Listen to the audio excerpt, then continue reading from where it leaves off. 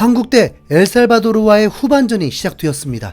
전반전에 4-3-3 포메이션으로 김승규 골키퍼를 필두로 설령우, 정승현, 박지수, 김진수를 포백으로 미드필더에 황인범, 박용우, 이재성, 공격수에 이강인, 조규성, 황희찬이 선발 출격했는데 전반전 65%의 점유율을 기록하고 경기력은 1차전보다 더 좋았지만 골 결정력의 문제를 극복하지 못하고 양팀 득점 없이 마쳤고 후반전에 이재성 대신 황의조를 출전시키면서 투톱으로 변화를 주었습니다. 후반 시작부터 좋은 기회를 맞다가 후반 4분 드디어 첫 골이 폭발합니다. 왼쪽에서 황희찬이 박스 안으로 센스있게 황의조에게 보내줬고 황의조가 멋진 턴으로 슈팅까지 이어가면서 왼쪽 좁은 공간으로 득점을 성공시켰습니다. 클린스만호의 네 번째 경기에서 드디어 승리의 기회를 얻게 된 것입니다. 지난 3월 남미의 강호들 콜롬비아와 2대2, 우루과이와 1대2 패배로 1무 1패를 기록하고 이어서 6월 A매치 1차 페루전에서 또 실점하면서 3연속 무승에 그치고 있었던 한국은 꼭 승리가 필요했던 상황이었고 클린스만도 인터뷰를 통해서 승리만을 강조했습니다. 하필 손흥민이 탈장 수술 후에 회복하는 타이밍이라서 페루전에서 아예 출전하지 못했고 골 가뭄에 시달리고 있는 중이었습니다. 그러니까 황의조의 선제골은 더욱 시원했던 순간이었죠. 이후에도 한국의 공격은 멈추지 않았고 특히 코너킥 상황에서 이강인의 킥에 조규성이 완벽한 헤딩까지 이어졌는데 아쉽게 떠버렸고 조규성도 정말 아쉬워했습니다. 그리고 68분 팬들이 기다리는 순간이 찾아왔습니다. 손흥민이 출전하기 직전이었습니다. 그라운드에 들어오기도 전에 손흥민이 붉은색 유니폼을 입은 모습만 비춰졌는데도 팬들은 열광적인 반응을 보였고 69분에 드디어 출격을 했습니다.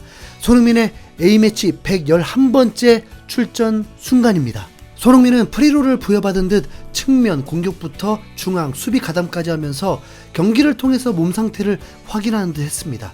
아쉽게 슈팅 기회를 얻지는 못하고 있었습니다.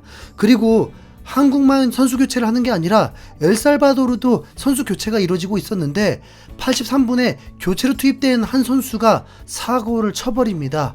한국이 수비 상황에서 파울을 범했고 프리킥을 허용했는데 이때 에니케스라는 교체로 들어온 선수가 자로 잰 듯한 크로스를 올리면서 헤딩골을 허용해버립니다. 승리 분위기에서 갑자기 급냉 순간이었습니다. 클린스만 감독도 4경기 연속 무승 순간이라서 표정이 매우 당황한 듯 보였습니다.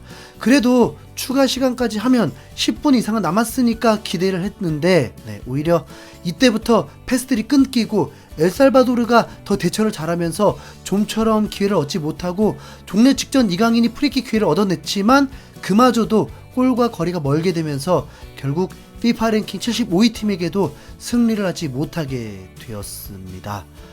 이게 살짝 민망한 게 엘살바도르는 4일 전에 일본에서 무려 6실점 대패를 겪어버렸다 보니까 한국으로선 대량 득점 승리에 대한 부담이 될 수밖에 없었는데 오히려 비겨버렸으니 난감했습니다.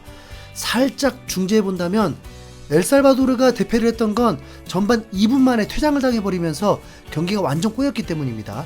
거기다 시차 적응도 문제였고요. 반면에 한국과의 평가전에서는 전반에 비가 내리면서 변수가 생겼고 엘살바도르는 최근에 미국과도 겨우 1실점 패배를 겪었던 만큼 그냥 허접팀은 아니었습니다. 더 이상 쉴드는 칠 게 없고요. 한국은 비겼습니다. 손흥민과 김민재가 꼭 있어야만 완성되는 팀이라는 것도 확인이 됐고요. 지난 3월은 경기당 2실점, 이번 6월은 경기당 1실점 나아지고 있다고 봐야겠죠.